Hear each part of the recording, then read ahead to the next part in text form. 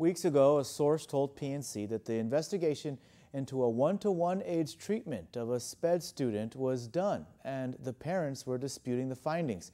However, GDOE Superintendent Jon Fernandez says that the investigation is not done, and he says they are still looking into that incident. PNC's Rizal Romanes has more in this report. The Guam Department of Education Superintendent Jon Fernandez says the investigation into the video of a one-to-one aide getting physical with a special education student is not complete. We conducted an investigation into those facts. I was off island, and so we had an acting superintendent working with the administration at the school to see what happened. I received word that a parent was disputing the findings, but I reassured the parent and the general public that the investigation was not complete. Fernandez explains that with every incident, the school will lead the investigation. Afterwards, the findings will then go to the district level for an evaluation. He says he spoke with the parents of the students seen in the video.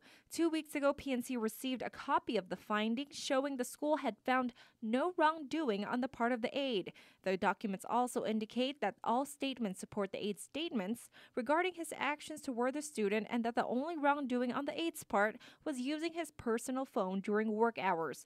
Also in the finding, the school claimed that the aide's personal phone was being used to support the student by calming or distracting him. Meanwhile, the one-to-one aide has been reassigned to a safe trained aide, and another aide is now assigned to the student. I think in this particular situation, and I did meet with the parents, later to go over my findings and my assessment of the situation.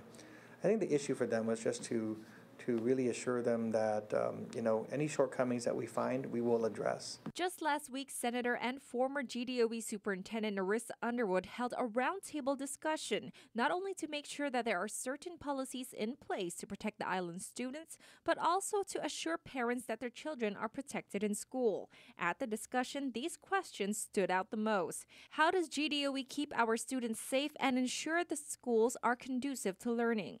What corrective actions are being taken or will be taken to strengthen those procedures or programs that will ensure that our students are learning in a safe environment? Fernandez says as far as the special education programs is concerned, they will strengthen their safe training and take a look at how often they need to train one-to-one aides, and also take a look at the quality of training. Something we have wanted to do in the first place is have a meeting with the stakeholders, our special education stakeholders.